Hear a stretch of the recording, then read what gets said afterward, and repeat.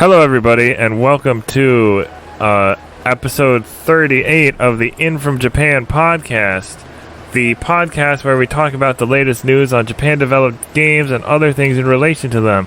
Available on Spotify, Podbean, and YouTube. As always, I'm your host, Erroll Moss, and with me is the phenomenon from Suriname, Jason Corder. Hey, hey.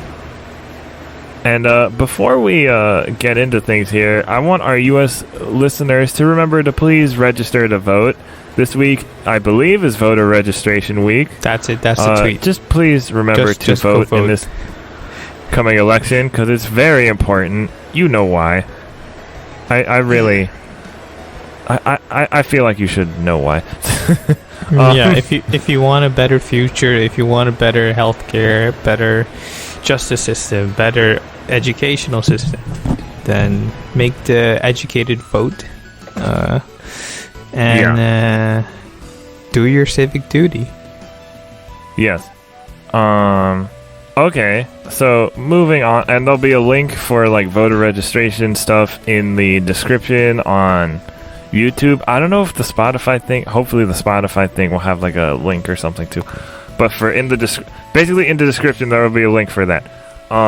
Anyways, moving on back to your regularly scheduled podcast. We're going to start with the Japanese games we've been playing. So, in lieu of all the Monster Hunter news recently, I went back to Monster Hunter Generations Ultimate. Is there a reason why you went to Ultimate instead of World? Yeah, because Ultimate is more closer to like a more traditional Monster Hunter experience. Mm-hmm. And also because I'm still at the beginning of Ultimate, so I'm kind of replaying a lot of stuff. Okay. Just on Switch, well, on a TV. So it's kind of nice to have that convenience now. I'm not cramming my hands on the 3DS. Looking at the trailer for Monster Hunter Rise, wouldn't you say it looks kind of similar to Monster Hunter World? Wait, Rise looks similar to World? Yeah. Well, yeah, but it's kind of like a combination of like everybody has been saying, is a combination of like the classic Monster Hunter with the improvements from Monster Hunter World. Yeah. But yeah, I've been having a lot of fun with that. I actually didn't realize I was doing a couple of the wrong quests at first, because there are two different things. There are the village quests, which are like all the single player quests, and then the hub quest, which are harder, and they're meant to like more get you ready for multiplayer. And I was doing the hub quest, and I was like, why? These are harder than I remember. Well, I guess it is the ultimate version. And then I realized I was doing the wrong one. So like I got like a decent amount, and then once I got like was having a lot of trouble with a monster, I was like, I did not have as much trouble with this monster last time, and then I realized I was doing the wrong thing, so I had to do all those quests again, which didn't take long because I was kind of, by that time I had like stronger armor and weapons, so it made the actual village version of those quests a lot easier. And now I'm at like a point where I'm at the same point that I was at in the hub quest, because I'm still pretty early on in the game. Would you just nice comfort food to play? Would you recommend this to people hungry for new Monster Hunter content? Like, it's on sale now on the Switch eShop. Yes and no, depending on how you feel about the graphics, because it's an up-res 3DS game, and it goes for the it's not stylized that much. It goes for the more semi-realistic Monster Hunter look, so it doesn't look great. But it plays great. Like, well, it doesn't look great comparatively. Yeah. Okay. But if you want to play a Monster Hunter game and you're done with World, and you're looking to play something else that's pretty easily accessible, Generations Ultimate is probably the way to go. All right. Just got to remember that Generations Ultimate it has some mechanics that aren't in other Monster Hunter games, like mechanics that are unique to it. So don't expect going to Rise. Don't expect Rise to have the same features, because in the whole thing about Generations is that there are a bunch of different styles you can do. Like I don't know what there's like guild style, aerial style. I forgot the other two. But the one I use aerial style, and that allows me to have an extra jump to make it easier to or a jump with my attack after I jump. So it allows me to like hit flying monsters or mount monsters a little easier. There's different abilities like that. I believe they're called Hunter. I think they're called Hunter, but Hunter Arts, I think. And then otherwise, I've been playing a little bit of Super Mario 64 via Super Mario 3D All-Stars. Okay, and how is that? It's okay. I still don't like it that much, because I've never liked Super Mario 64 all that much. Oh wow! Like, it's a decent game, but it's pretty dated, and the camera controls are kind of really weirdly restricted. Okay. In that version. Put on your nostalgic goggles and tell me what you think about this when you started playing it on Nintendo 64, way back when. I never had a Nintendo 64. Wow. Well, growing up, I didn't have a Nintendo 64. I had a PlayStation, so I played Spyro Year of the Dragon. Also, I played Mario 64 on the Wii Virtual Console a little bit. Okay, so I think that's probably where the disconnect happened, because for someone like me and everyone else that grew up with a Nintendo 64, that nostalgia might hit a bit different. Like, I think we're probably a bit more forgiving with the controls. Granted, they're not up to standard with, say, Mario Odyssey or Mario Galaxy even, but I think we'd be way more forgiving with it.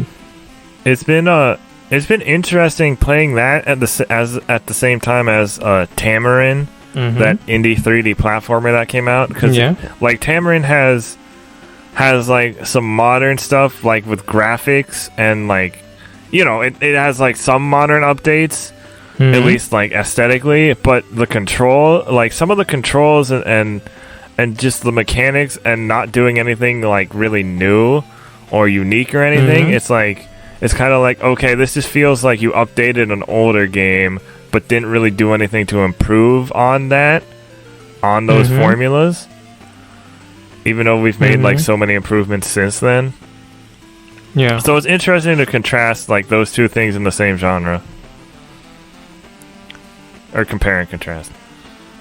But that's really all I've been playing on the Japanese side of games. Okay. Let's see, what have I been playing? What is the game called again? Takeshi Hikari, I think. What was it? I keep forgetting. Takeshi and Hiroshi, or something? Takeshi and like Hiroshi. It's the indie game on Switch. I finished it this week, and it has a lovely ending. It doesn't tie up all the loose ends. If you're gonna play it, then you're gonna know what I'm talking about. But it's nice. At the end, the message the game is trying to convey is you're stronger together, and overcoming something is terrifying, but the net benefits might be greater than the fear you had to overcome. That's nice. Yeah, and as always, or as I said last week, the visuals are pretty unique and very they're very eye-catching, and I don't know how I can convey this properly, because I've never played a video game that has stop motion animation used to convey the story. It's really different, and I think it's worth a look. It's not that expensive. I think it's under $10, and it's about 2 hours worth of playtime.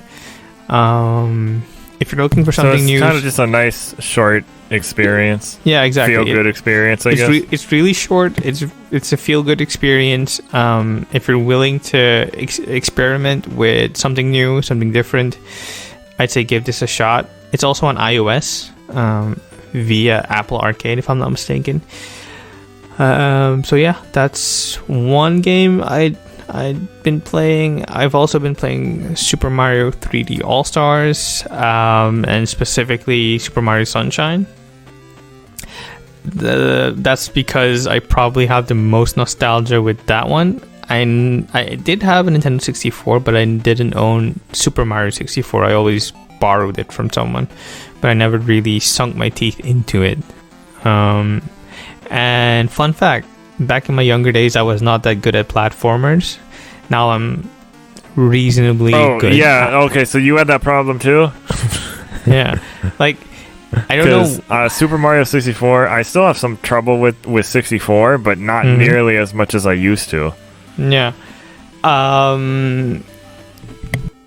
I started playing Super Mario Sunshine, because I have the greatest attachment to that title. I had my GameCube with that, and it's a nostalgia trip. It's really fun. It's colorful. It holds up decently enough. The only thing I'd wish were different is the controls. Like the platforming isn't as precise as I'd want it to be, and the camera controls are also kind of finicky. Because if you're in a area or a nook or a cranny that the game can't comprehend, then the camera's gonna fight you and resist you at every turn, which isn't fun, because you then have to go into first person view and then kind of reset yourself. It's kind of annoying. And as I said, the platforming isn't all that great, because the game is built around you having that backpack, the flood backpack, and whenever there's a platforming segment without it, it just doesn't feel right. I mean, it's supposed to be Mario, and Mario is supposed to be the platforming king in the land of video games, but there's something about this game where it just doesn't feel right to platform without flood present. But interesting. I'm having fun. Almost at 30 shine sprites. I'm taking my time. I'm not rushing through it. But yeah, I'm looking forward to play some more this week, and maybe some more next week. Another thing I hate about I forgot to mention this earlier, but I hate the ice level in Super Mario 64. I don't like it. Why is that? The slide and the slippery and the because Super Mario 64 already feels a little, like a tad bit slippery to me, so adding ice to that is like, oh no. And then you have to imagine how speedrunners do all of this. Yeah, like, oh my god. What kind of deal with the devil did they make to be able to do that? Yeah. Okay. So next we have the In From Japan J list, where we talk about recent video game related entertainment news. We have 3 stories in this section today. First, we have a new live action Yakuza movie is in development. This is by Kazuma Hashimoto for Siliconera. A live action Yakuza movie is currently in development. No, it isn't a sequel to the 2007 crime thriller Yakuza Like a Dragon. Sega, 1212 Entertainment, and Wild Sheep Content are working together to create an adaptation of the Yakuza franchise for the big screen. Eric Barmack, Roberto Grande, Scary Stories to Tell in the Dark, and Joshua Long, Scary Stories to Tell in the Dark 1983, are set to act as producers for the film. 1213 Entertainment and Wild Sheep Content are currently looking for script writers. No further information has been released regarding the development of the title. The Yakuza series received its first movie adaptation in 2006 with Like a Dragon Prologue. Yakuza Like a Dragon would release a year later. It is directed by Takashi Miike. Yakuza Like a Dragon loosely followed the events of the first game, and this is some stuff about Yakuza 7. I don't know how much I trust a Western film based on the Yakuza series. Well, it was probably inevitable. Whenever a property starring Scarlett Johansson. Whenever a property starts getting popular in the West, Western companies are always going to be looking for things to invest in. Be it video games, be it comic books, manga. Yeah. I mean, there's also a Western production of Naruto incoming by the director of The Greatest Showman. Wait, I thought they canceled that because there was like a Lionsgate Naruto. What, the Lionsgate one? I don't think it's canceled. I think it's in development hell probably. Good. Let me Keep look it up. there. Keep it there. There was also, I mean, there was also a Bleach movie coming. Yeah, but that was a That's a Japanese movie. No, that was going to be separate from the Japanese one, but then the One Piece Netflix series. Yeah, which so I don't know. I don't think they're going to pull that off. Yeah. So whenever something gets popular, companies in the West are going to be like, we might make this into our new franchise. I mean, you've probably seen it in the news this week that Monster Hunter got a synopsis, and it's probably getting a release next year. So I am gonna watch that for our podcast because it's Monster Hunter. Actually, because it has Ron Perlman, and I just found out. Okay, I mean, there's that. But yeah, it's a thing. It's gonna keep happening. That doesn't mean it's gonna be good.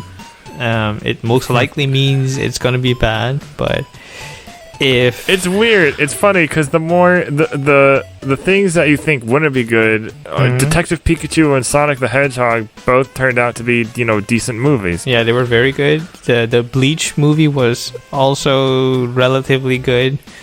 Really? Relatively. I mean, I thought it was the same people who did like the Full Metal Alchemist one, and I heard the Full Metal Alchemist one wasn't very good. I don't think so. The Full Metal Alchemist movie is something everyone warns you about not to watch, so I'm not gonna bother. But the Bleach one adapts about the first 3 volumes of the manga, I think, and it's fun enough. The JoJo, I heard the JoJo Part 4 live action movie isn't too bad, but it's also by the same dude who directed the Phoenix Wright Ace Attorney movie, which I hear is ridiculous and amazing, so that makes sense. Yeah. But anyway, speaking of Monster Hunter Orchestra Concert 2020 to be held online on October 3rd. This is by Kite Stenbuck, cool name, over at Siliconera. Capcom and Promax have announced that the Monster Hunter Orchestra concert will be held online in 2020. Also, for the first time in the concert's history, live streaming tickets are available for purchase globally. Held annually since 2014, the concert has been delivering orchestral renditions of music from the Monster Hunter series. The 2020 concert will particularly have a lot of songs from Monster Hunter World Iceborne, the latest series title released to date. This concert will be performed by the Tokyo Philharmonic Orchestra and conducted by Hirofumi Kurita. Also participating as guest performers are the guitarist Daisuke Miyazaki and Hide Cross Hide. Or Hide. I don't know if it's Hunter Hunter or if you have the cross there or what. The latter is a unit performing Hunter. With Japanese instruments. Shakuhachi and Shamisen, which had also provided songs for Monster Hunter Generations, such as Mitsuzune's battle theme. Due to the global circumstances in 2020, this year's concert will run entirely online without any live audience. However, the good news that came out of this is that people from all around the world are able to purchase the tickets and watch the live streams. Unlike the 2019 concert webpage, which was only available in Japanese, the webpage for Monster Hunter Orchestra Concert 2020 is bilingual in Japanese and English. While the Nico Nico platform will only be available in Japan, people living outside Japan and mainland China are able to buy a streaming ticket at Live From Events for the US for $28. Or for, they like typed this weird, for $28. those living in countries where Vimeo is available also have an alternative to purchase from Lawson Ticket for 3,000 yen. So about 28, about the same. Monster Hunter Orchestra Concert 2020 will be held on October 3rd, 2020 at 20 Japanese Standard Time, 12 p.m. BST, 7 a.m. Eastern, at 4 a.m. Oh, why does it have to be so early, man? I mean, isn't there a VOD?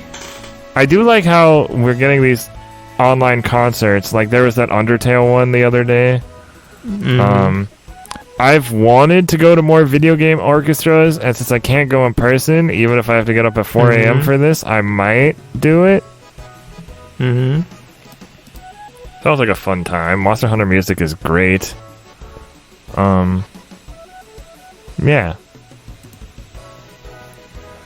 Waiting for the Kingdom Hearts Melody of Memory concert announcement.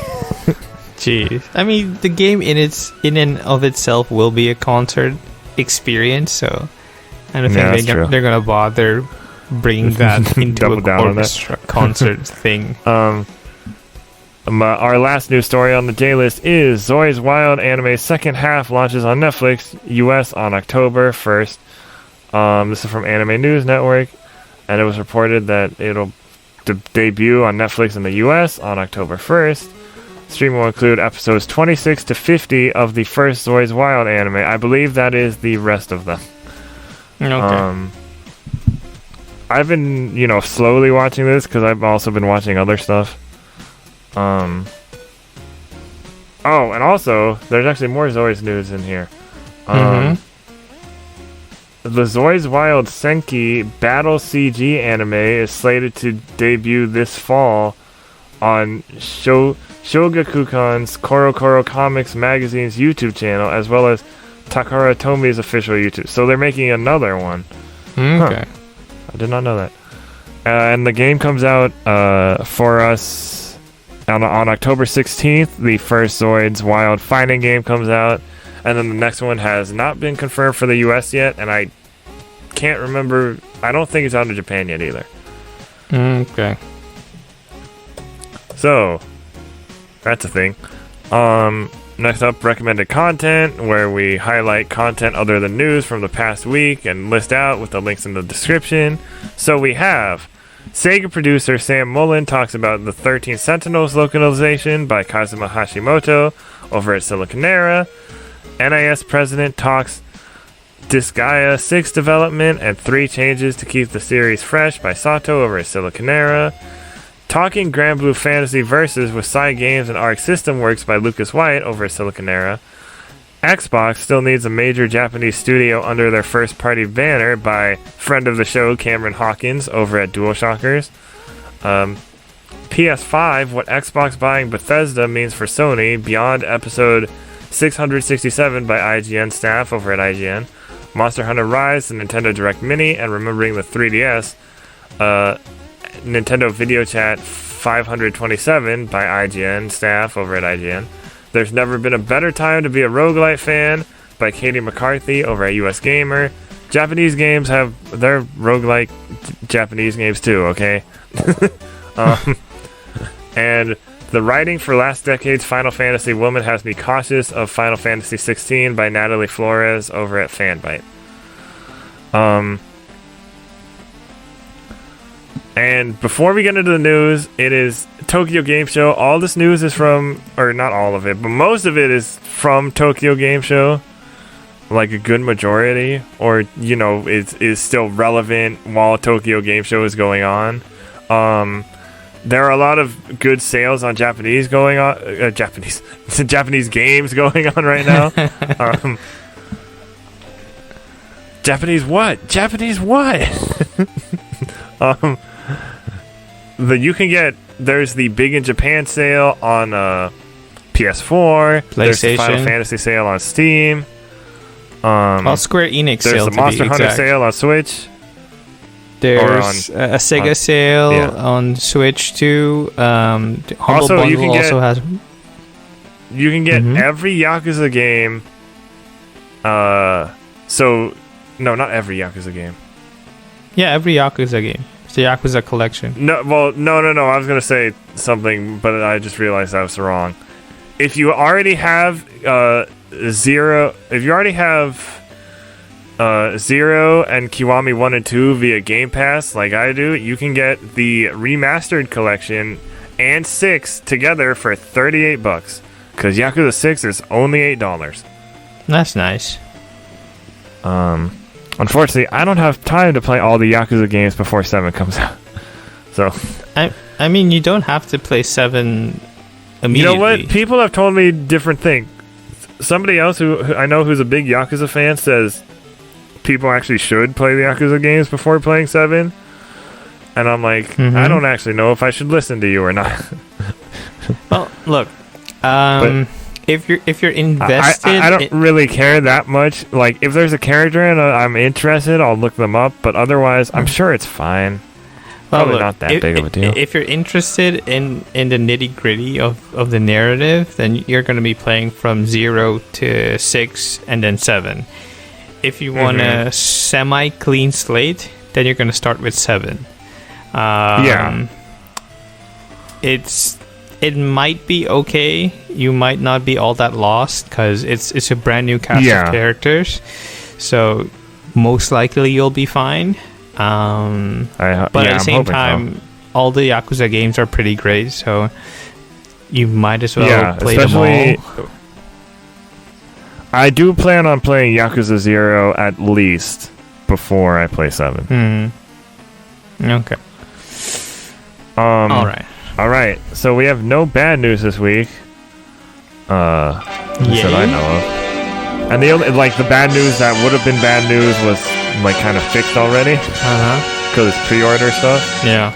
And there will be more. So let's just get into the news in general. And like I said, we're not doing a main topic this week because TGS is our main topic, and that's all news. So it's just going to be mixed in. Or at least the beginning of TGS, because TGS still goes on until next week through the 27th, I think. Alright, first story. Monster Hunter Stories is the best-selling 3DS game on Amazon right now.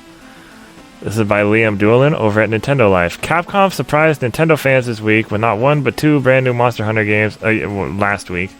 The second title, Monster Hunter Stories 2 Wings of Ruin, will be released on the Switch in 2021 and is a follow-up to the original 2016 3DS entry.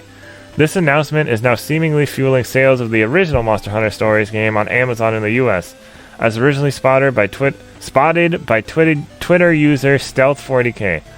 At the time of writing, the game is the best-selling 3DS title, and right now is the 11th best-selling 3DS product overall. On Amazon UK, this game is also one of the best-selling 3DS games, in 38th place. Twitter user The Shane M further noted how the digital version is currently on sale on the eShop in the US. Instead of $39.99, it is currently available for $19.99. Also, somebody was telling me it also is top selling on the eShop itself right now too. I haven't seen it. I mean, in the Switch, you're gonna just see the Switch games. You're not gonna see the 3DS games. Yeah. And I don't think you can filter that on the website. So who's to say? Yeah, but I don't know. But at least it's selling well.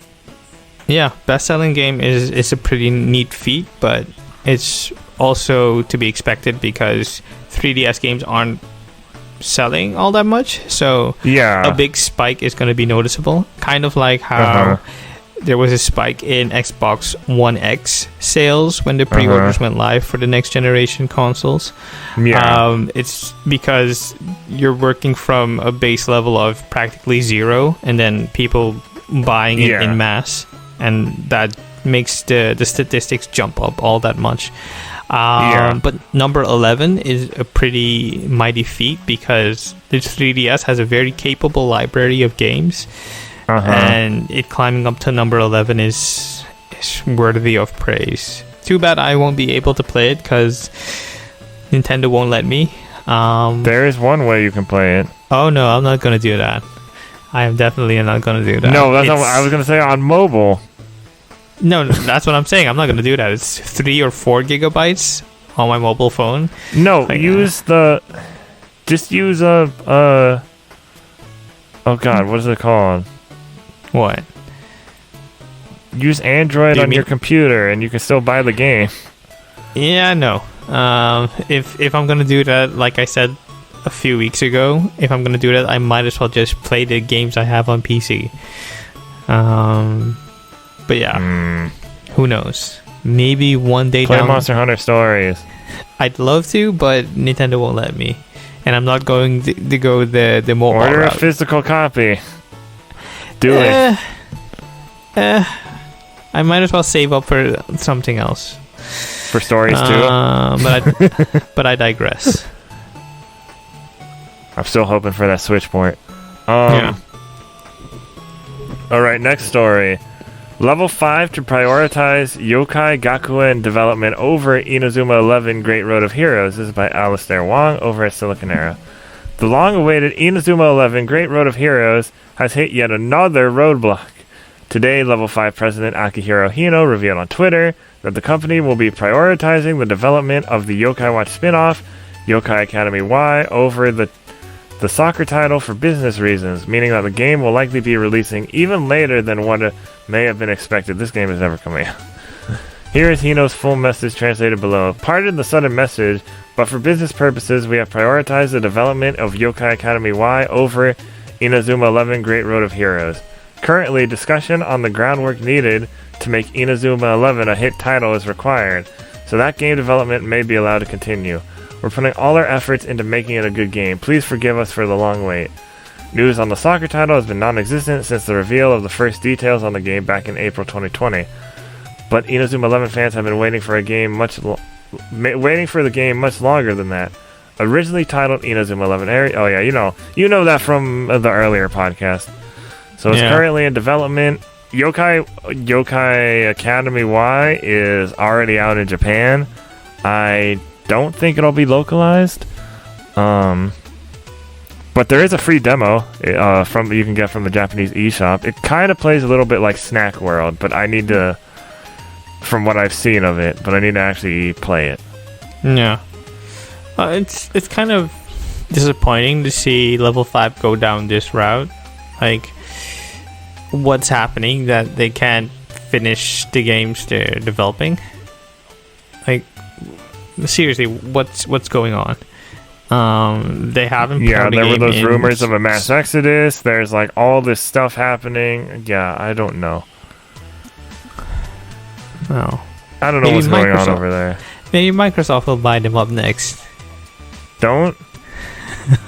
I'm just surprised that like Sony or Nintendo hasn't, just because, well, Nintendo has a decent relationship with them, and so does Sony, so I don't know. Well, Nintendo makes sense, because then you can have... Nintendo doesn't usually buy devs, is true, right? That is true. But it makes sense if Nintendo bought Level 5, because in terms of style and in gameplay, they closely match up to Nintendo's design philosophy. Well, most Inazuma 11 games before Ares or Great Road of Heroes or whatever were on Nintendo systems. Yeah, so they kind of have a good relationship going.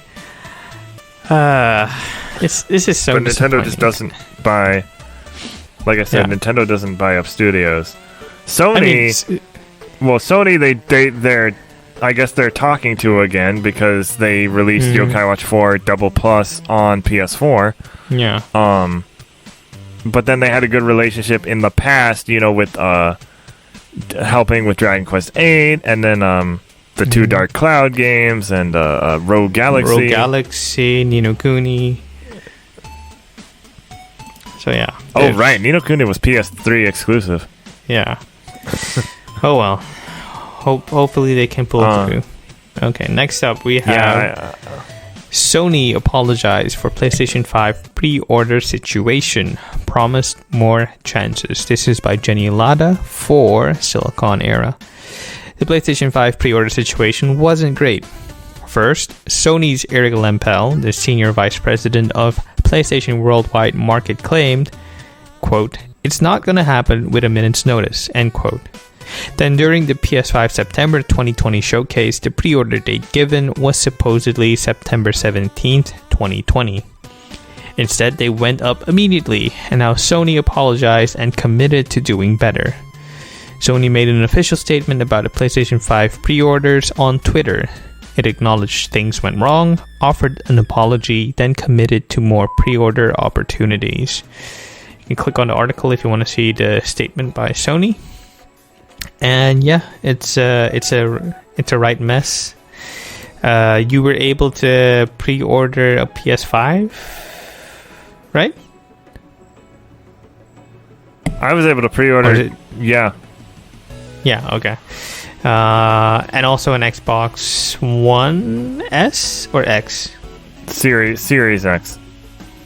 Okay. Oh, Series X. One. Sorry. Yeah. Yeah. Somebody said, Xbox, who was it on Kind of Funny on Kind of Funny Games Daily the other day? Imran said he accidentally said the Xbox Series 1, and I was joking in the chat. I was like, did Imran just leak the third Xbox model? Yeah. I mean, it's gonna take some getting used to. It's not all that difficult. Weird. Sometimes you get tongue tied. It is what it is. But I think with some time we'll get used to it. Okay. Next up we have PlayStation 5 backwards compatible PS4 game discs confirmed supported. Or backwards compatible PS4 game discs will be supported on the PS5. This is by Kite Stenbuck, the coolest name ever for Silicon Era. An official Japanese PlayStation account has confirmed that PS5 models with a disk drive will be able to support backwards compatible PS4 game discs. Sony Interactive Entertainment posted a clarification tweet on the Ask PlayStation JP account after a Japanese Twitter user claimed that a PS4 disc won't work even when inserted into a PS5 after contacting Sony's support center in Japan. Well, the tweet is self-explanatory. You can click on article if you want to read more. But yeah, it's good to know that the discs will work if you put them in a PS5. Okay, next up is you. Okay. Captain Tsubasa, Rise of New Champions hits 500,000 sales milestone. This is by Sato for Silicon Era. Captain Tsubasa, Rise of New Champions recently hit a new milestone of 500,000 units in physical shipments and digital sales, Bandai Namco announced. Additionally, the game is getting its patch 1.02 across all platforms soon that adds a variety of adjustments and improvements. To commemorate the new sales milestone, Bandai Namco shared the Captain Tsubasa Rise of New Champions patch notes. That I don't know if they. I think they just shared that because they wanted. I don't think they shared it because of the sales. We are working on a new patch for all platforms to bring some improvements, such as the ones listed below. Adjusted difficulty level of Otomo/Hanawa middle school match in episode of Tsubasa. Improved matchmaking in division match and the cost difference between players. Added a function to display the unlock condition for an unlocked DAD, an unlocked DAD. I don't know what DAD is. In-game notification called News will be available. Improved other bugs and game balance issues. The patch will also include new content such as adding several versions of top-tier training items in a new shop called CC Shop, online challenge and login bonus feature to gain new captain coins. The patch is coming on PS4 the end of September, Steam and Nintendo Switch mid-October 2020. Bandai Namco will share more info about the update in the coming weeks. Are you excited about that? I mean, it's just an update. Oh, I mean, okay. I'm glad that it's selling that well for a kind of niche title. Well, yeah, it's admirable. Next, and this was a really big story from Monday, I believe. Microsoft acquires Bethesda Softworks parent company ZeniMax Media. So yes, Microsoft owns Bethesda now. Well, Bethesda's not a Japanese game company. No, but Tango Gameworks is a Japanese developer. I mean, sure. Microsoft this is from Sauramato over at Gamatsu. Microsoft has acquired ZeniMax Media, the parent company of Bethesda Softworks, for $7.5 billion, the company announced. The acquisition of ZeniMax Media grows Microsoft from 15 to 23 creative studio teams. Bethesda Softworks' catalog of games will also be added to Xbox Game Pass. Future Bethesda Softworks titles, including Starfield, and maybe Ghostwire Ghostwire Tokyo is like PS5 timed exclusive, I think. Will launch in... The exclusive games for PS5 will stay exclusive, or as they said, they will honor the agreements that are already in place. But everything after that is going to be a case-by-case basis. Well, because I think they were already timed exclusives anyway. It hasn't been confirmed, I think. But what I think is going to happen is they're not going to be coming to Xbox outright. Maybe PC, or at the very least, Game Pass exclusive. That's true, yeah. Yeah, so that's interesting. Tango Gameworks, they're doing Ghostwire Tokyo, or Tango, and they did the Evil Within series. Yeah. All right, go ahead. All right. Okay. Was that it? Yeah, go ahead. Okay. For the next thing. Up is Xbox boss Phil Spencer discusses the importance of the Japanese market for Microsoft. This is by Giuseppe Nelva for Twinfinite. During its Tokyo Game Show livestream, Microsoft started with a message from Xbox division head Phil Spencer. Spencer talked about the importance of the Japanese market for Nintendo. Wait, for Nintendo? No. Excuse me. Spencer talked about the importance of the Japanese market for Microsoft, also including recent statistics about the Japanese market. He mentions for Nintendo, it's pretty important for Nintendo. He mentions that Microsoft has learned from the past, stressing on the fact that the Xbox Series X and Series S will launch in Japan day and date with the rest of the world. We heard that since the launch of Game Pass in Japan in April, Microsoft has seen more players on Xbox devices in the country than ever before. Xbox Live Gaming grew 82% year over year in the summer. If you click on the article, you can see the video where Phil Spencer makes this speech.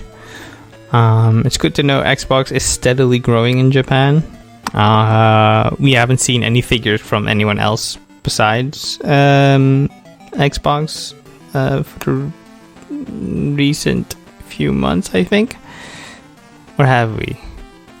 Like, the Xbox wasn't selling all that well in Japan. No, Xbox usually doesn't.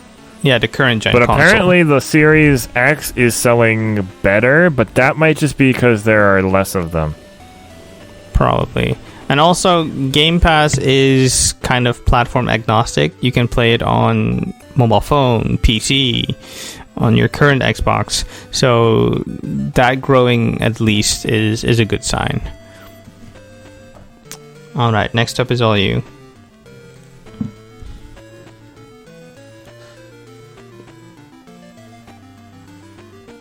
Oh, hang on. You're kind of cutting out.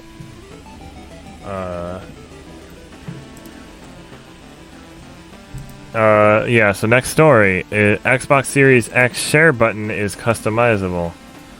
This is from Jenny Latta over at Siliconera.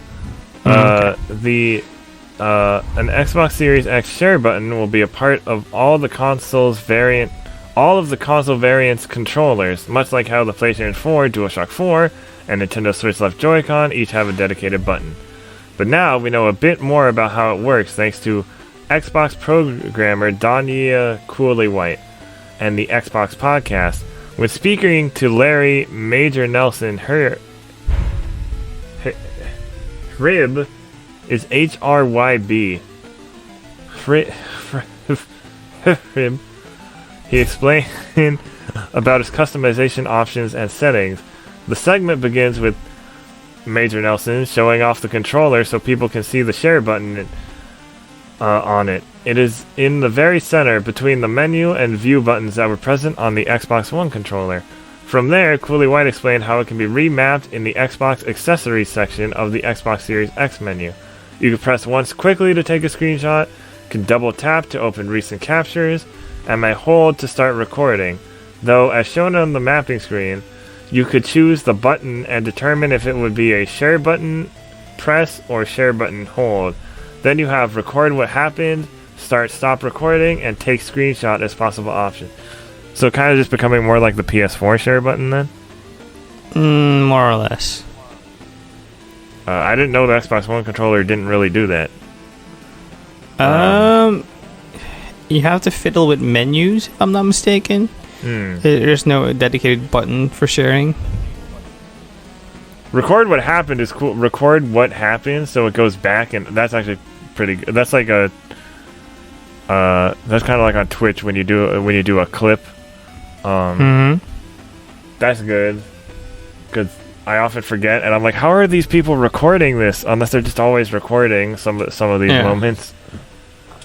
No, it keeps good. Recording in the cache memory for up to 20 seconds, if I'm not mistaken. Okay. Well, that's neat. At least we got an easier way to share screenshots and video now for the Xbox. Okay. All right. Next up, back to we have official Xbox Series X and S 1 terabyte expandable storage drive costs $219.99. Well, $219.99. It comes about $220. This is by Jordan Alleman for IGN. Microsoft has revealed the price of its proprietary expanded storage cards for Xbox Series X and S, which will start at $220 for 1 terabyte of extra space.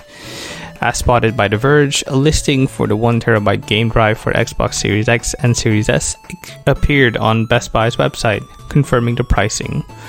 According to the product overview, this is the only available expansion card that replicates the Xbox Velocity architecture, providing faster load times, richer environments, and more immersive gameplay. As we've heard previously, it will only be used for next-gen games.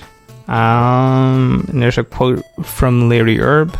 You can continue to use your USB 3.1 plus external hard drives on Xbox Series X and run Xbox One, 360, and OG Xbox games directly from the external USB hard drive. Games optimized for Xbox Series X and Velocity architecture need to be run from the internal SSD or the expandable storage drive.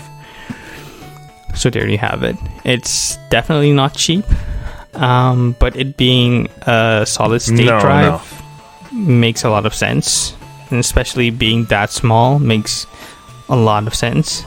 Well, the thing, I feel like the people who decided to order Series S's are probably like, yes, I could use, like, I saved the $200 I would have used on an X for this. Well, the thing is, if you're on a Series S, then you won't be needing the 4K texture packages. So that slims down the file sizes for video games on your hard drive. Theoretically, you won't be needing 500 plus gigabytes of extra space to run your games comfortably. How many games you have, Yeah, I'm guessing maybe 5-6 games. File sizes are also dependent on the hardware and software they're designed around. Like spinning disk media, hard disk drives. You have data in partitions stacked on top of each other, so that when the disk spins, you can access the same piece of information on every rotation. So that makes the space quite limited on the disk. and it being now a solid state drive gives you a lot more room and creativity to stream data from storage to your TV, so that you'll have instantaneous load times, smoother, more immersive open worlds, what have you. So it's kind of a trade-off, but you all wanted next gen, and this is next gen, so it's kind of the monkey paw. So this is their fault. No, I'm just kidding. Well, I'm not saying it's their fault, but something's is gotta give. You can't expect next gen and not pay next gen. But I do want to point out, Kat Bailey from US Gamer made an interesting point in one of her tweets, that at a certain point when you stack up all these costs on top of each other, why not just go for a PC game, a gaming PC? I'm sorry, because eventually you'll be just paying about the same amount of money for a gaming PC. So my something to argument is consider. that PCs have more troubleshooting bullcrap that I don't like. From my experience, that's kind of a meme at this point. I'm not having that much trouble with my PC. My PC was only a year old when I got it, and I got it brand new, so I don't know why it's been having weird issues sometimes. It's a case by case basis. Honestly, I think I just prefer consoles for games, just you know, for the simplicity of it, you know.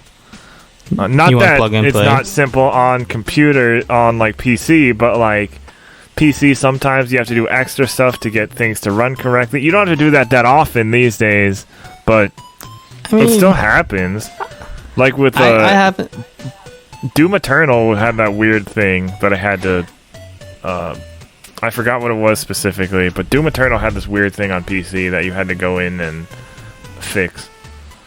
Well, I haven't had any trouble with my PC games so far, so it's really dependent on how old the game is, how up to date your hardware and software is.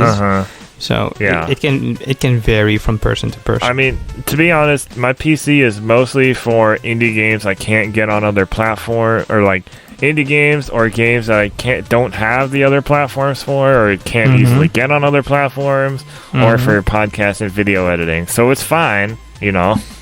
It's just like I'm a little disappointed with some stuff's not working all that well, and I'm just like, that's kind of weird. But like I said, I think I prefer consoles for gaming just for the sake of simplicity, like in the way that you can just turn it on and then start playing a game. You don't have to wait for it to boot up, and then like all these like, I mean it. Yeah, I don't know. I get it. Okay, next up we have more Xbox Series X and S units will be available at launch after record-breaking pre-orders. This is by Jordan Alleman for IGN. Microsoft has revealed that more Xbox Series X and S units will be available when the console launches on November 10th, following record-breaking demand for pre-orders. The official Xbox Twitter account thanked fans for the excitement on September 22nd as pre-orders went live around the world. The tweet notes that those who didn't manage to secure a successful pre-order should sign up with retailers for updates, as more units will be made available upon launch day, November 10th. I unfortunately wasn't lucky, once again. I also want to note that Amazon did not have the Xbox Series S page go live. It's still a placeholder, if I'm not mistaken. Which is really it went weird. Live. Eventually, it did go live eventually. Did it? Because I know a couple of people who got it from there. Okay, because I never saw the updated page go up on the It would go live Amazon like real quick, and then of course it would be gone as fast as it went up. You know. Yeah. But if you got it, you got it. Which is unfortunate. Yeah. So there will be more. Yeah. This is the first time I'm purchasing like directly from the, what do you call it? What do you call it? The retailer? The manufacturer, yeah. Well, So what happened Sony with you? and Microsoft. Okay, So what happened with you? Because you were all like, don't buy consoles at launch. Wait a year at least to have them work out the kinks. Okay, so usually in a normal year, I'd be covering conventions, right?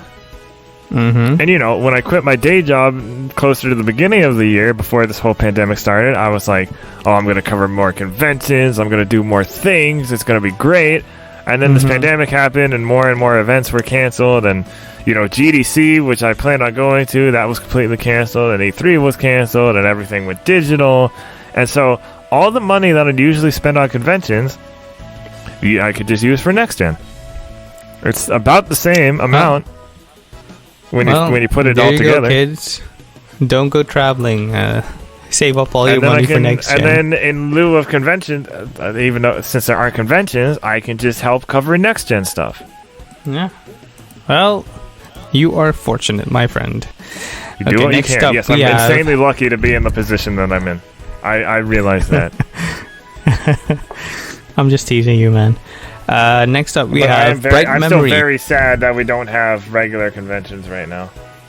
Yeah. One day. Bright Memory coming to Xbox Series on November 10th. This is by Sal Romano for Gamatsu. And the log line says, not to be confused with Bright Memory Infinite. Okay, I'm intrigued. The original Bright Memory will release for Xbox Series platforms on November 10th. Publisher Playism and developer FYQD Studio announced. This is not to be confused with Bright Memory Infinite, which was previously announced to be coming to the platform. Bright Memory is currently available for PC via Steam. Click on the article for full details, but this is interesting. Like, come on, guys. Well, so Bright Memory Infinite is kind of like a remake of Bright Memory. No, I know. Because they didn't have. Then again, the original Bright Memory looks, I want to say, identical to Bright Memory Infinite. Maybe it's it's not a very long game. It's not a very long game. So imagine Bright Memory Infinite being like the fully realized, like the full version. Yeah, possible, but it's because like that's what the guy was saying during the Playism thing. Like I want the developers to look each other in the eye and admit that they messed up with the clear and cut messaging they should have had for this coming generation. The game itself, so many both look really cool. Both games look really cool. They kind of remind me of Dishonored. No, I know. They look very cool and have high graphical fidelity, but I'm talking about the messaging. Like Bright Memory and Bright Memory Infinite are both coming to Xbox right Series. Now. Nobody's really clear on anything. There's that Spider-Man thing with Sony. There's this thing, Okay. I don't know. Anyway, next up is all you. Next thing. Microsoft Flight Simulator to add Japan World Update next week. This is from IGN by Diamond Fate. I'm not kidding. That is an excellent name. I don't know if that's how you pronounce F-E-I-T. I guess. Diamond Fate. That is badass. I don't swear on this podcast, but that's really cool. I need to follow this person on Twitter if they have one. Microsoft Flight Simulator will get a Japan World Update. Are we just getting JRPG characters as game journalists now? We have Kite Stenbuck and Diamond Fate. I mean, more power to them. Like, I know, that's awesome. Yeah, it's definitely awesome. We'll get a Japan World Update set to go live on September 29th, free of charge for all users. Announced at Tokyo Game Show, the update enhances the game's coverage of Japan thanks to digital elevation mapping of the entire country. Beyond the national refresh, which pledges to deliver a higher definition look at Japan's proud buildings, nature, and culture, multiple specific locations around the land of the rising sun will get a high-quality overhaul. 6 cities, Sendai, Takamatsu, Tokushima, Tokyo, Utsunomiya, and Yokohama, will be recreated via high-resolution 3D photographic surveying. 6 airports, Hachijojima, south of Tokyo, Kerama and Shimojishima in Okinawa, Kushiro in Hokkaido, and Suwanosejima in Kagoshima and Nagasaki will be upgraded with detailed models. Additional landing challenges around Japan will also be added as part of the free upgrade, as well as a digital elevation map of the entire country. A highlight reel of the new upgrade in action showed planes of all sizes soaring over Japanese cities and scenic vistas alike, including a look at all the cities and airports listed above, as well as famous locations like Himeji Castle, Tokyo Skytree, oh my god, the famed 3 beautiful views of Japan, Itsukushima Shrine, Miyajima, hey, I've been there, and Amano Hashidate. Microsoft also confirmed that the Xbox Series S and Series X will launch in Japan alongside the rest of the world on November 10th, with pre-orders starting in Japan starting this Friday, September 25th. Among the upcoming games optimized for Series X/S showcased in the presentation, the 2019 SNK fighting game Samurai Showdown. Oh, it's the same launch stuff. Yeah, also Flight Simulator is on Game Pass. The only reason I haven't installed it is because it is huge. It is 125 gigs. Yeah, don't do that unless you're willing to invest a lot of time and hard drive space to that game. Yeah. Or in that Series game. X. That's what I'll put it on there because it'll probably look better. So next thing. So we watched a little bit of the Playism. That's what the Bright Memory news was from. And so there's a little more Japanese indie game news. So we have run and gun shooter Mighty Goose announced for PS4, Xbox One, Switch, and PC. This is by Sal Romano for Gamatsu. This is the life of Mighty Goose, one of the galaxy's most credited bounty hunters. That's a name. Buffett. Publisher Playism and developers Blast Mode. Hey, that was good. And MT2 Games have announced run and gun shooter Mighty Goose for PS4, Xbox One, Switch, and PC via Steam. It will launch in 2021. Fast-paced run and gun experience with tight controls, battle against screen-filling bosses that will test your skill, timing, and dodging. Customize your playing style using a combination of upgrade chips, secondary weapons, and assist characters. Pilot devastating war machine vehicles to decimate large groups of enemies. Beautifully crafted, vibrant pixel art worlds, vehicles, and characters. An amazing soundtrack featuring crunchy synth rock and funky jazz fusion melodies composed by Dominic Ninmark, who's done Moonrider, Blazing Chrome, and Gravity Circuit. Looks kind of Mega Man inspired. Okay. That's what kind of got me interested. Looks fun. Then we have the Mad Father remake announced for Switch and PC. This is, I believe it's also by Saruman. Yes, this is also by Saruman over at Gamatsu. Due out this fall. Publisher Playism, and man, what is with my? I can't talk today. And developer Sen have announced a remake of the December 2012 release freeware survival horror RPG Mad Father for Switch and PC. It will launch this fall. The remake will feature enhanced quality, including reformed graphics, as well as additional events and a blood mode. A second playthrough mode that significantly changes the scenario.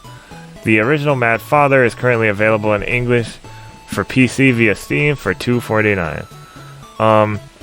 I just like how I like these horror games that have this kind of retro Super Nintendo looking graphical style, because I don't know, there's just something about them that I like.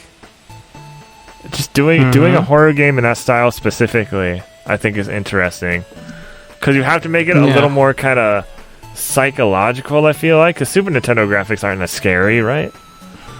I mean, you can do a lot with very little.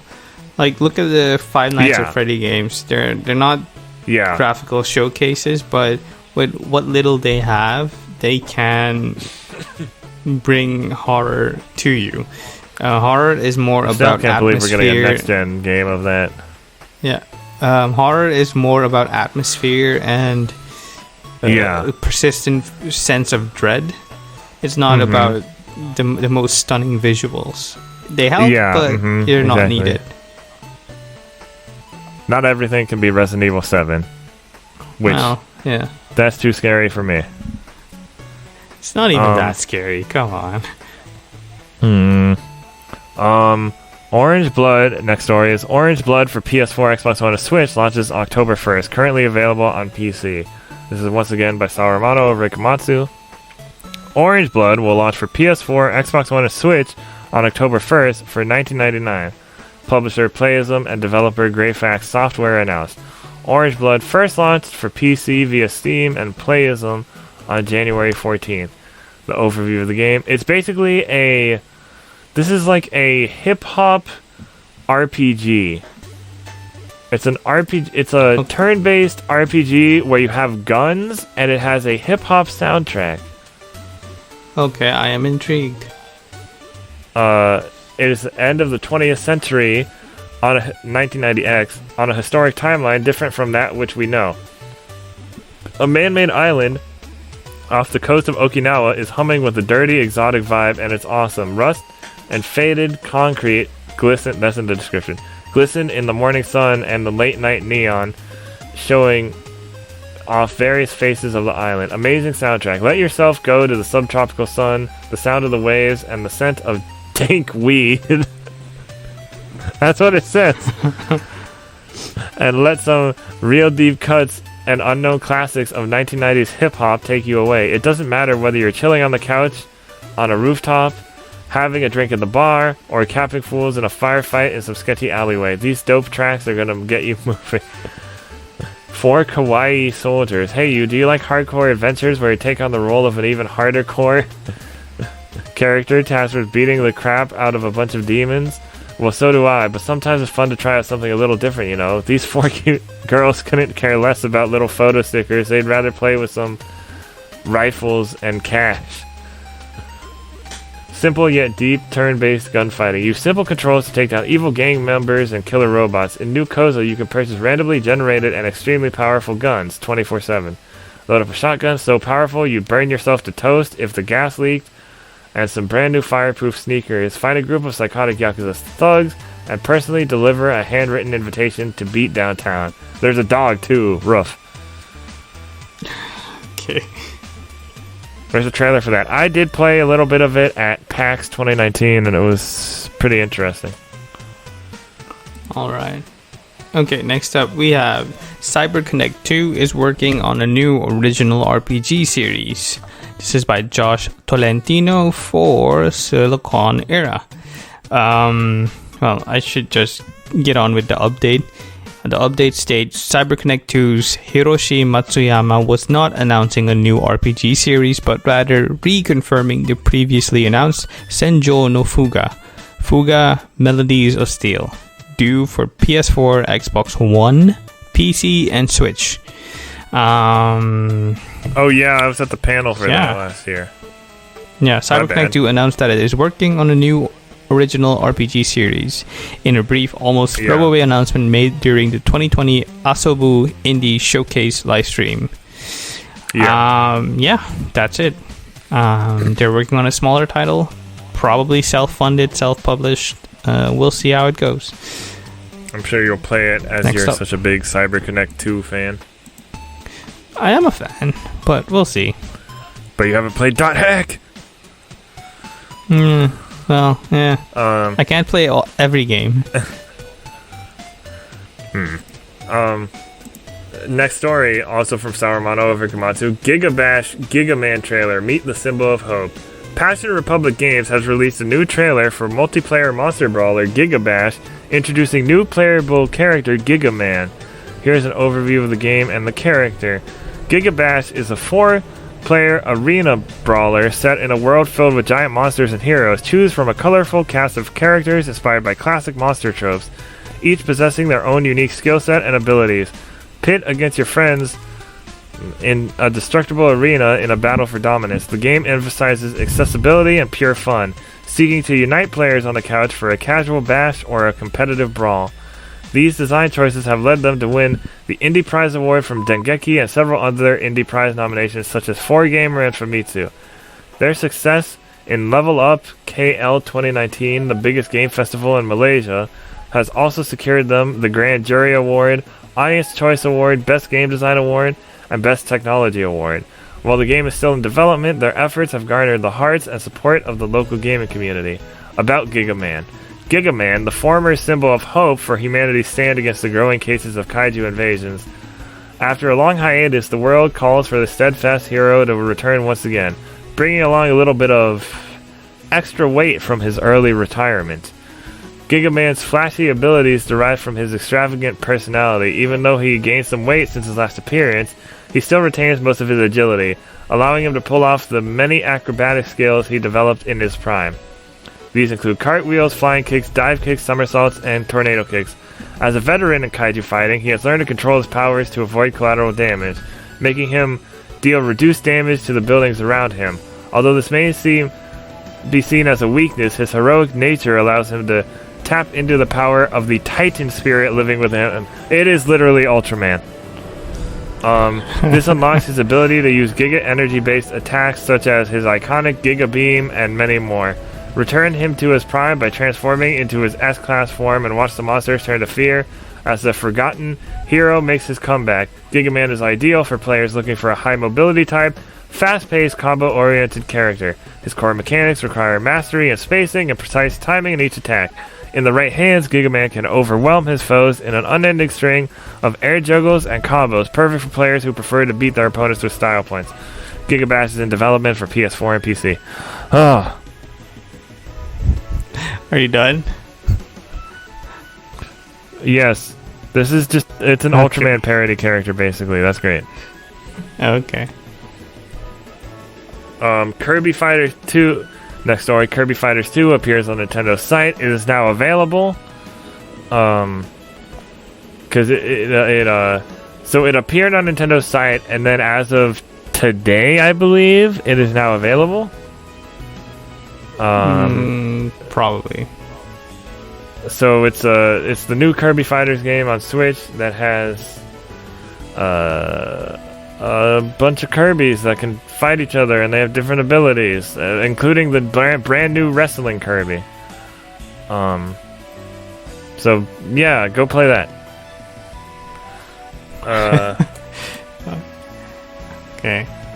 All right. Maybe I will. I'm out of breath. Next up, we have Bravely Default 2 rated mature in Australia. This is by Jenny Lada for Silicon Era. There's news related to Bravely Default 2 afoot. The Australian Classification Board assigned it a mature rating on September 22nd, 2020, and the official government website has updated to share it. While the Australian Classification Board's ratings don't offer descriptions as detailed as the ESRB's profile pages, the explanation for the classification does have a grid showing areas in which the game could merit certain ratings. It suggested that it doesn't really have drug use, foul language, or nudity. There is a marker under mild impact for the sex category. This could refer to the costume designs. The grid noted that the themes and violence are both earned. The grid noted that the themes and violence are both earned. Okay, this is a weird sentence. Silicon Era hired me to proofread your copy. This is no shade. This is just actually me asking for a job. Yeah, so it might be mature in Australia, but Australia has a different rating. Well, Silicon Era does have an international staff. No, I know. I'm just joking. But it being rated mature in Australia does man. not mean it will be rated mature in the rest of the world. If I had to guess, going by the description, it will probably be T. Yeah, I think so. Okay, next up, we have Metal Gear Solid and Metal Gear Solid 2 Substance have been rated for PC in Taiwan. This is by Kazuma Hashimoto for Silicon Era. Metal Gear Solid, and Metal Gear Solid 2 Substance have been rated for PC in Taiwan. The Digital Media Entertainment website has uploaded individual pages for these 3 games. All pages for 3 potential ports include listings that have a link to Konami's official website.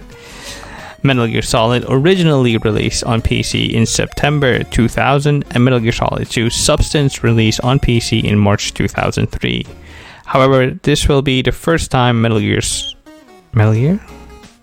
Gear will be available on PC if these listings end up coming to fruition. It is unclear if the games that have been listed will simply be ports of previous PC versions or will be improved upon in some way. There's a bunch of rumors going around. Yeah. I don't know what to make of it. We'll see when it comes through. But yeah, there have been rumors about Konami kind of cranking out or cranking up their game production once again, with Sony kind of licensing Silent Hill from them, or that's what the rumor says. And or they're probably also Blue Point possibly doing a Metal Gear Solid remake. Yeah, that we don't know. Surfacing we again. really don't know. Yeah.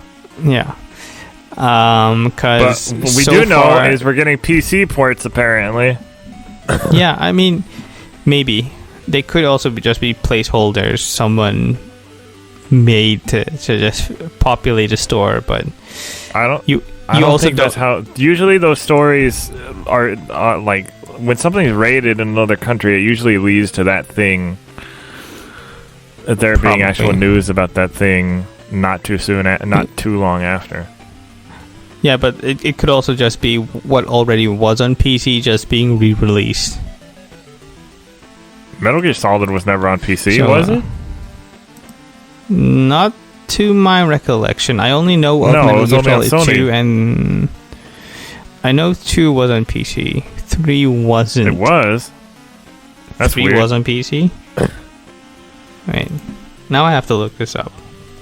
I didn't know any Metal Gear Solid games were... No, 2 was on PC. That I know. 5 I know was on PC, right? Wait, let me look. 5, yes, was on PC. Yeah, so I know 5 was on PC. Solid... Wait. Solid was on PC. Imagine that. Release. Huh, I did not know that. I did not know that either. It could always be some kind of PC, remaster, apparently. enhancement, who knows. Yeah, we'll see. The more you know. See. Okay. Next up is the Game Awards 2020 set for December 10th. This is by Sal Romano for Gamatsu. The Game Awards 2020 will air live on December 10th across more than 45 global video platforms, the Game Awards announced.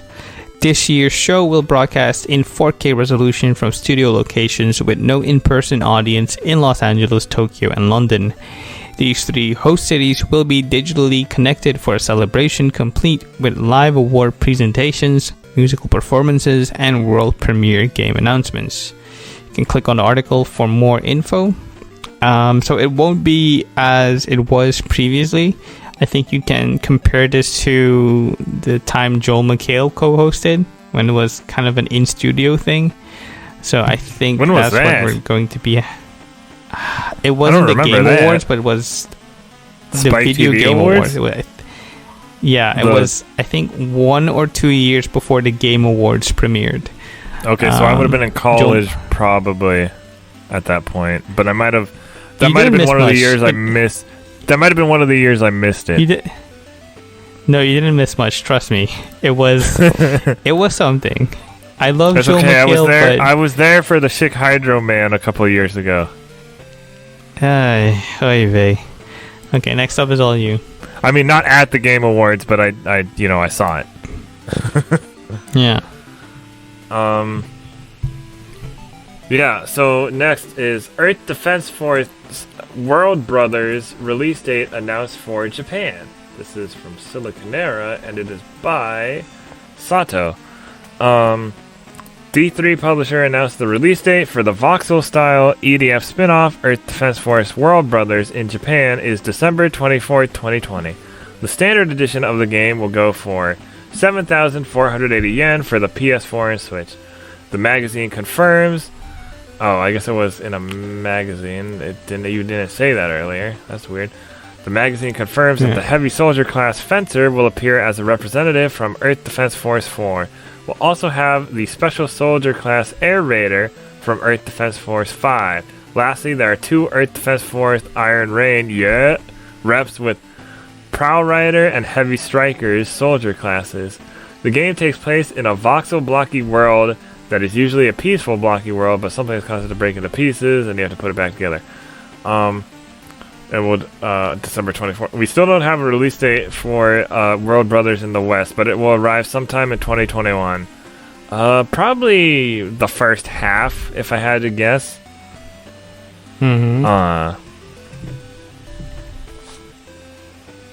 Probably. Because I definitely don't want EDF coming out in November next to a bunch of other stuff in 2021, you know? Yeah. But that's cool. I'm excited for that game. Kind of a best of EDF, and then they just put it in that art style. Now this story... Ultraman characters coming to Override 2 Super Mech League. This is from GameSkinny by me. Publisher Modus Games and developer Modus Studios Brazil have announced an Ultraman Deluxe Edition for their upcoming mech fighting game Override 2 Super Mech League. This edition will include several characters from Netflix's Ultraman anime series based on the manga series of the same name through an Ultraman Season Pass. Additionally, there will also be Ultraman-themed cosmetic items available. It has not yet been revealed if the Ultraman Deluxe Edition will be available both physically and digitally. The 4 Ultraman characters that will be playable include the heroes Shinjiro Hayata, the son of the original Ultraman, who combines his Ultraman Factor gene with the Ultraman suit to use it effectively. Dan Moriboshi, who does not have the Ultraman Factor but uses his combat prowess to effectively utilize the 7th suit in combat. The mysterious alien villain Bemular, the monstrous kaiju known as Black King. The Ultraman anime series first premiered and the interestingly enough, characters from the Ultraman anime series do not grow giant as they would in other various Ultraman series. So, I don't know. I think that maybe they chose this one because this one's more recent and available to watch in more places. That you know what I mean? It. Like this has been on Netflix in the West. Yes. So it stands to reason that this might be the most popular incarnation currently. And yeah, or at least it might have the most cross-market appeal. Yeah. That's what I'm guessing. Because it is kind of like it is kind of like Ultraman mixed with Iron Man in a way. So that does make sense. Yeah, I can see that, yeah. So, yeah, I'm excited about that, but I do hope it gets a physical release, and then we have, like, Ultraman. We can have those Ultraman on those characters on the cover, on, like, a box cover, you know? Yeah, they are on the cover. No, I mean, we don't know if it's getting a physical release yet. Yeah, it is. The Ultraman version? Yeah. Where did you read that? It was in the YouTube trailer. Oh. Wait, I'll look up the link for you. No, I put the YouTube trailer on my article. Did I not catch that? Hold on. Did you not watch it till the end? No, I did. Oh, I could be mistaken. You wrote the article, so you're probably... Oh, yeah, I didn't catch that, so my editor didn't watch that either. Okay. I can go in and fix. Good thing. The good thing is I can go in and fix that. I didn't edit it, so it's not my fault. No, my game skinning editor, not you. I know. You haven't done anything wrong yet. Well, the day is still young. Okay, good. Well, now I just don't know what platform I'm going to get it on. Because it's pretty much on everything. It's on PS4, PS5, Series X, Switch, PC. Yeah. I have plenty of options. Okay. One for every. Yeah. Okay, so I'll have one of everything, please. Yeah. Yeah, this is awesome though. Yeah, it's available for physical. I'm sending you. Okay, cool. Oh, yeah, you have I just saw that. I just trailer, saw that. But it's only for the that's deluxe my bad. edition. That's my bad. I'll fix that. It's only for the deluxe edition. That's where you get the Ultraman characters. Yeah, and I want that cover. So, yeah, so that's really cool. Yeah. Next news story is Dragon Quest XI S, Echoes of an Elusive Age, Definitive Edition, TGS 2020 online trailer. But the main thing is Dragon Quest XI shipments and digital sales top 6 million. PC version at its Epic Game Store release. This is by Saruman over at Gamatsu. Square Enix has released a TGS 2020 online trailer for Dragon Quest XI S, Echoes of an Elusive Age Definitive Edition. The company also announced that total worldwide shipments and digital sales for Dragon Quest XI have surpassed 6 million units, and that the physical edition of Dragon Quest XI S will ship with a special sleeve in Japan.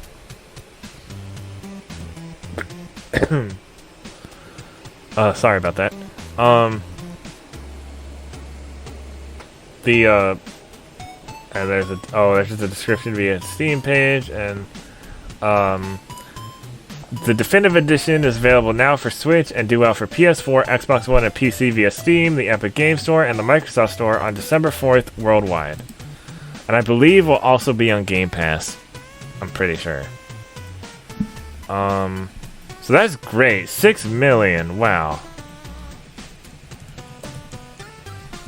Right? Yeah, it's almost, Nier Automata sold about 5 million, so it's catching up. But it's nice to see Square Enix doing so well these days. Mm-hmm. Especially on an international scale. Next story is Neo 2 DLC Darkness in the Capital launches October 15th. Second major add-on gets a release date. This is by Saruman over at Gamatsu. Neo 2's second major add-on, Darkness in the Capital, will launch on October 15th. Publisher Koei Tecmo and developer Team Ninja announced. First details via the PlayStation blog. Darkness in the Capital features new storylines, overwhelmingly powerful new bosses, tricky new yokai, new guardian spirits, skills, new jutsu, Onmyo magic, and soul cores. And to top it all off, this new chapter will present electrifying new armor sets and a weapon that fans of hand-to-hand combat will surely relish. Now, I'd hate to leave you guys completely in the dark on this upcoming DLC expansion, so let me throw out some clues and story details to give you a taste of what's on the horizon for this next installment. In order to unravel the mysteries surrounding the history of the Soihayamaru, our protagonist ventures to Kyoto City and discovers a shrine furnished with an old worn-out box. Upon inspection, the Soihayamaru once again shines brilliantly, and the protagonist is whisked away to the middle of the Heian period, landing in an ancient version of the capital. Contrary to its name, the Heian Palace, which means peace and tranquility, ancient Kyoto was terrorized, I don't know what the heck happened there, by countless yokai during this time period. However, there existed many heroes who were brave enough to oppose these demons. Among them were the most preeminent demon slayer, that's what it says, and the strongest sorcerer in history, along with their subordinates and colleagues fighting at their side. Our protagonist joins forces with these famous heroes in order to quell the unrest and destruction caused by the yokai hordes, while learning more about the connections between an even more distant past and the present time period from which they came. I have Neo 2, and I have barely started it, but I will be playing it eventually. So, what led you to buy Neo 2?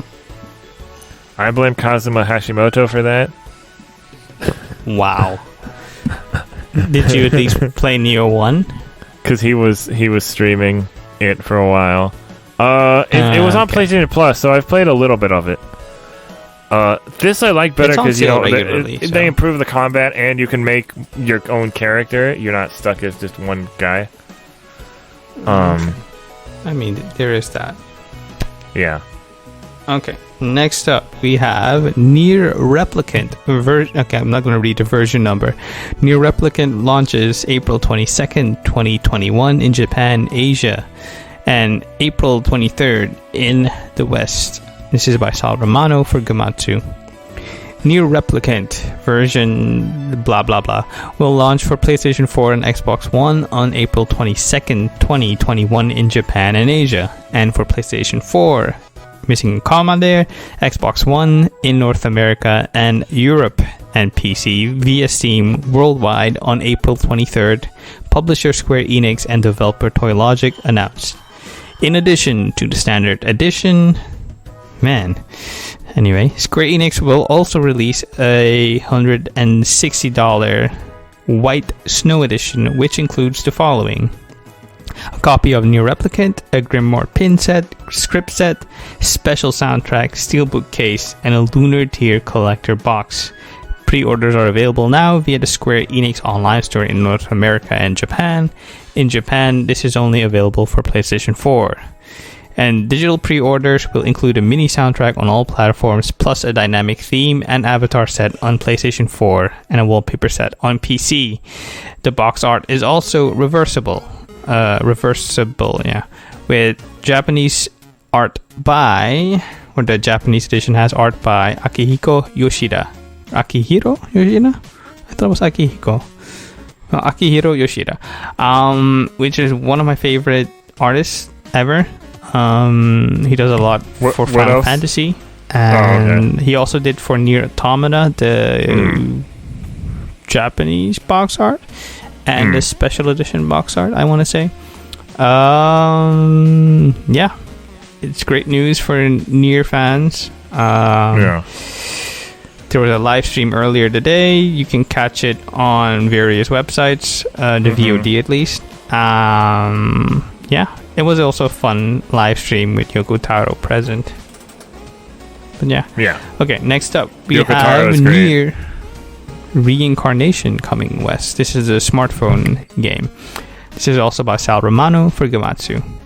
Square Enix will release Nier Reincarnation for iOS and Android devices in North America and Europe, the company announced. Official English Twitter and Facebook pages for the game are now live. Pre-registration for the Japanese version is now available for iOS via the App Store and Android via Google Play. While the App Store lists a release date of December 23rd, App Store release dates are not always representative of a final decision. You can click on the article for more information and a trailer. It looked pretty neat. You can count on another unique story from the Nier universe. The combat kind of seems like turn-based RPG-esque, so that might turn you off if you're not into that sort of thing. But well, now I'm more interested. Yeah, because you like turn-based RPG for some reason. Next up, we have Disgaea 6: Defiance of Destiny. First details and screenshots. Wait, you skipped one, didn't you? You skipped one. Romano. Wait, you skipped one. Did I? Well, I briefly mentioned it, that Nier already sold about 5 million, so... Nier Automata? Okay. Do you want... Okay, no, do you want fine. No, if you already mentioned it, it's cool. It's fine. Okay, again, Disgaea 6, Defiance of Destiny first details and screenshots. This is by Sal Romano from Gamatsu. Following last week's announcement, Nippon Ichi Software, or NIS, has released their first detailed information and new screenshots of strategy RPG sequel Disgaea 6, Defiance of Destiny. You can click on the article for more details. Disgaea 5 is also on sale for $20. You can also download the demo if you want to try it out before you buy it. It's on Switch, PC, and PS4. 4. So, yeah. Oh, it's looking nice. It's probably not going to be for me because Disgaea 5 kind of bored me, but yeah. If you like Disgaea, more Disgaea, yay for you. Next up, we have Tribeca Film Festival. I thought you liked Disgaea. Wait. I like how it looks visually, but when I played it, I was bored for most of the time. Remember, I feel that. I played a demo of whichever has a demo on Switch. I tried it, and I was like, I no. That was Disgaea 5, I think. I also played a demo. It was neat, but kind of boring. Too many menus. At the time, it was kind of like, at the time, I love Into the Breach, and I was playing like Fire Emblem 3 Houses, so I was like, you know what, maybe I should like look into more strategy games. Oh, Disgaea, I heard good things about that one. Oh. I mean, the humor is great, the visuals are great, but the gameplay is kind of tedious, I feel. I much more prefer a more streamlined approach to strategy RPGs. I don't want to be buried in endless menus. But hey, if that's for you and you like it, more power to you. Next up, we have Tribeca Film Festival enlists Hideo Kojima and other industry figures for New Video Game Award. This is by Matthew Olson for US Gamer. New York's Tribeca Film Festival has made room... Wait, what? Has made room for video games for a while now. Wait, that doesn't make any sense. They've made room for video games for a while now. Yeah, but anyway. But in a move that'll lend some of the festival's prestige to the medium and vice versa, it's going to start honoring them. Today, Tribeca is announcing the creation of the Tribeca Game Award, which will be given in next year's festival. To aid in the selection process and integration of games into the festival, Tribeca is also forming an advisory board with big names from both the film and gaming industry. According to Variety, the board's members from the games industry include Hideo Kojima, who did a Tribeca panel on Death Stranding last year, Kiki Wolfkill for 343 Industries, Sam Lake from Remedy, Bing Gordon, formerly of Electronic Arts, and Jeff Keighley. I always get that mixed up. I don't know why. Joining them are director Nia Da Costa. I've never heard anybody say Jeff Keighley. Come again? I've never heard anybody say Jeff Keighley. Well, I'm reading it as Keighley, but you pronounce it Keighley. So that's where it's mixed up. Anyway, joining them are director Nia Da Costa, Little Woods, the upcoming Candyman and Captain Marvel 2, and Jon Favreau, who notably used virtual reality as a tool while directing 2019's Lion King's remake. Oh, that was a lot of words. Okay. Yeah. And last but not least, we have the most out of left field news. Yeah. Amazon announces a new cloud gaming service called Luna. This is by Andrew Webster for The Verge. At its 2020 hardware event today, Amazon announced a cloud gaming platform called Luna. The news isn't too surprising. The service has been rumored since last year, previously codenamed Tempo, while an Amazon-made game controller leaked out just ahead of today's event. It's not clear when Luna will launch widely, but it will initially be available on PC, Mac, Fire TV, and iPhone and iPad via web apps, with an Android version planned for after launch. Amazon says that interested users in the US can request early access to the service starting today. There's no word on international availability, which I found out pretty quickly. The service will be available for an introductory price of $5.99 a month during its early access phase, which gives subscribers the ability to play Luna Plus channel games across 2 devices simultaneously and offers 4K 60 FPS resolutions for select titles, or resolution for select titles. Naturally, it will be powered by AWS, Amazon's ubiquitous web platform. click on the article for more information. I should also mention that there's also a kind of a premium subscriber service that features Ubisoft games, because the base subscription service does not offer you Ubisoft games. But there you have it. And you subscribe to more different options channels. For you if you want to stream your games. This might have better luck than Amazon's previous attempts at entering the gaming sphere. It offers games a la carte, or is it a la carte, like kind of like Netflix, instead of what Stadia is doing, where you have to pay for the subscription and the games. But yeah, it's gonna have some stiff competition from Xbox Game Pass and GeForce Now. So if Stadia really wants to compete, they need to get their stuff together.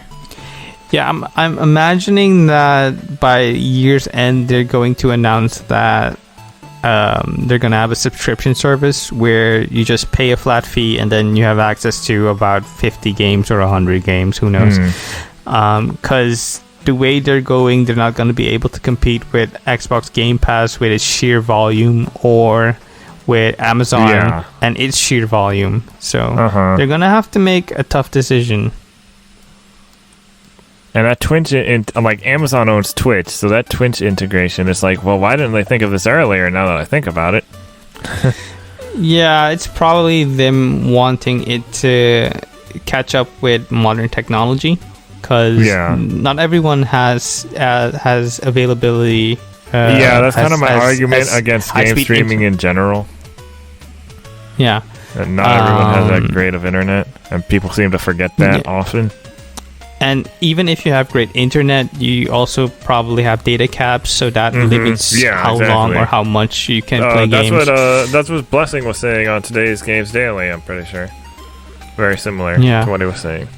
Like, I'm fortunate that I don't have data caps, but I have 10 Mbps internet speeds, which is not the highest. Great. Yeah. So I could barely scratch the surface of streaming video games. Yeah, I probably and even it couldn't either. Yeah, and even if I could, they don't offer their service internationally, so I can't even try. I mean, do you think they're just doing the US first and then they plan on rolling it out internationally? Definitely. The US is probably the main market for every gaming company.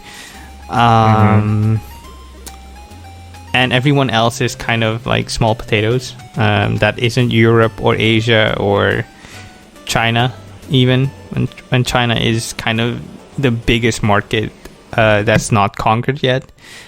Everyone else has a raw deal, so which is unfortunate, because with import taxes and an exchange rate that's not that doable, playing digitally or streaming games digitally would be a cost-cutting measure for a lot of people in territories outside of the US. So, we'll see how it goes. Yeah.